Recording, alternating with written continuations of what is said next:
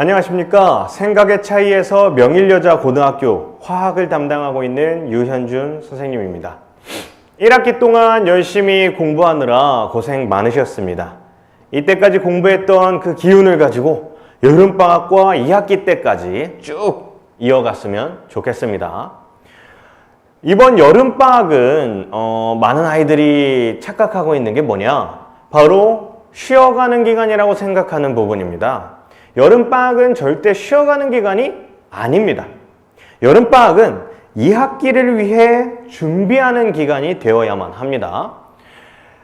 중앙 3에서 고1, 고2 올라가는 겨울방학 때 그때도 여러분들이 얼마나 편했는지에 따라서 그 다음 학기의 성적이 결정됩니다. 잘 생각해 보시면 이번 1학기 점수가 잘 안 나왔다.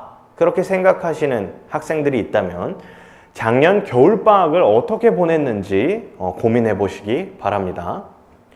자, 그럼 화학을 여러분들이 많이 어려워하는데 왜 어려워하냐? 먼저 1단원 때문이죠. 1단원의 개념이 별로 없지만 엄청 어려운 난이도로 문제가 출제됩니다.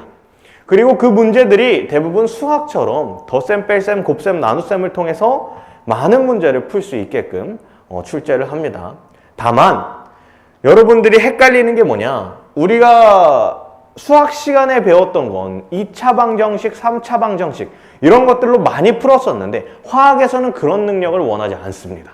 방금 얘기했던 덧셈, 뺄셈, 곱셈, 나눗셈 이런 친구들로 가지고 어떤 비율을 통해서 어떤 실험을 어떻게 완성해 나가는지 그런 것들을 원합니다. 화학에서는. 그렇기 때문에 엄청 고차원적인 수학 능력은 필요 없다.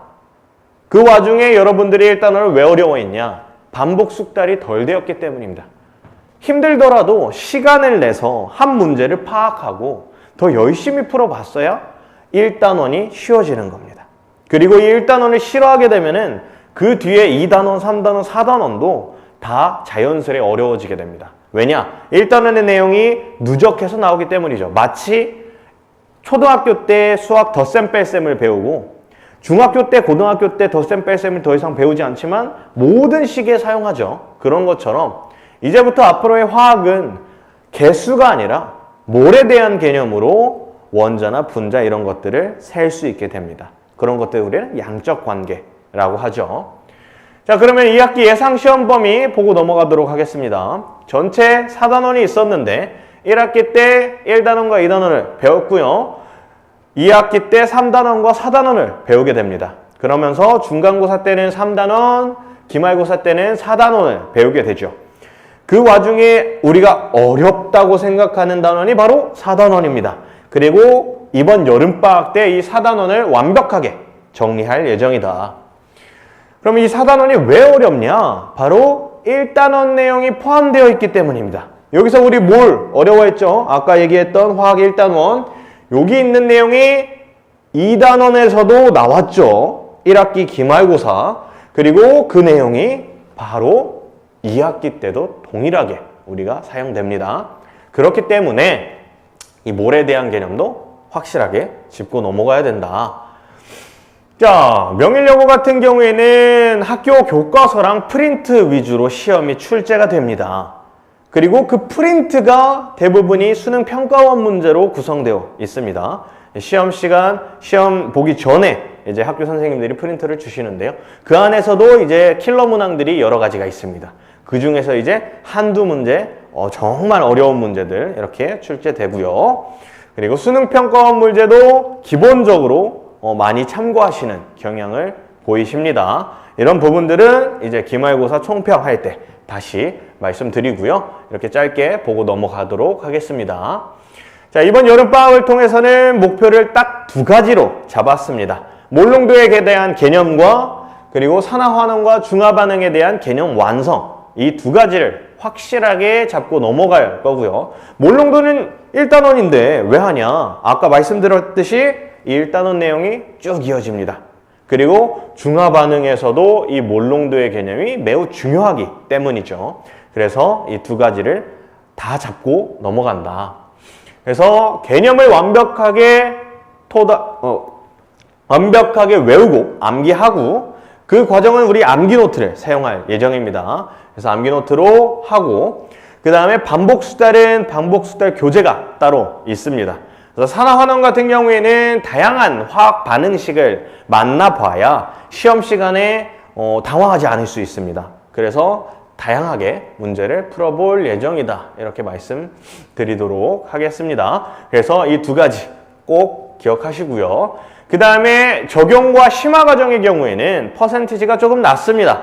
이 수능 완성을 기본 모체로 해서 중요한 문제들을 여러 가지 보고 그걸 통해서 이제 다음 시간에 백지 시험 이렇게 보게 될 예정입니다. 그래서 1주차에 A라는 것을 배웠으면 2주차에 딱 오자마자 A에 대한 개념으로 백지 시험을 볼 예정입니다. 백지 시험의 경우에는 많이 들어보셨죠? 이런 식으로 문제가 주어지면 그 아래 오지선다나 아니면은 기니디를 고르는 것이 아니라 이런 식으로 각각 기역, 리은, 디귿, 선지에 대해서 내가 어떤 식으로 풀었는지 그리고 그 풀이 과정에서 어떤 부분이 틀렸는지 제가 직접 첨삭을 할 예정입니다. 그래서 이 과정을 통해서 다양한 학생들이 만족을 합니다. 본인이 보지 못한 부분들 그런 것들을 이제 제가 집어주니까요. 저도 교재를 만들 때 오타가 굉장히 많습니다. 그래서 그런 부분들을 제 눈에는 안 보이는데 아이들의 눈에는 보이는 경우가 좀 있거든요. 그래서 그런 부분들처럼 아이들의 풀이에서 제가 무엇을 찝어주는지 각각 표시를 해서 줄 예정입니다.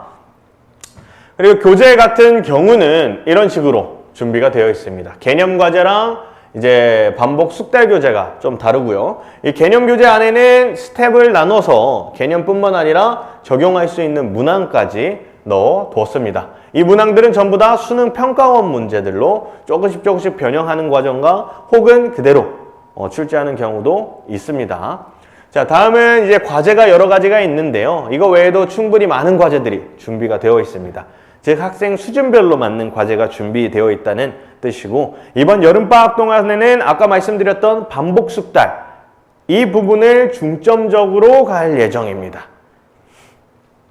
자, 그리고 1회차부터 4회차까지는 이런 식으로 진행이 되고요. 산화환원에 대한 개념과 중화반응에 대한 개념 이 두 가지를 확실하게 보고 넘어갈 예정입니다.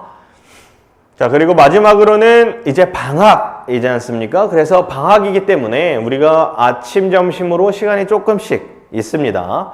물론 학생 여러분들이 다른 학원, 화학뿐만 아니라 생물도 듣고 수학도 듣고 국어도 듣고 게다가 특강까지 다 듣는 것을 알고 있습니다. 그렇기 때문에 개별적으로 클리닉을 잡을 예정이고요.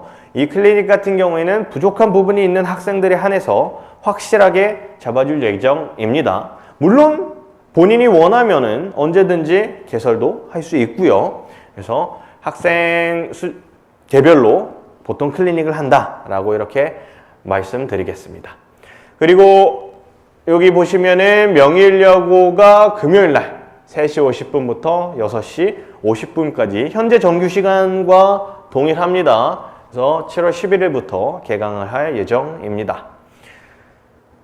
그럼 오늘 명일여고 화학에 대해서 알아봤는데요. 이제 여름방학 시작하기 전에 이번 주 잠깐 쉬고 다음 주부터 수업 진행하도록 하겠습니다.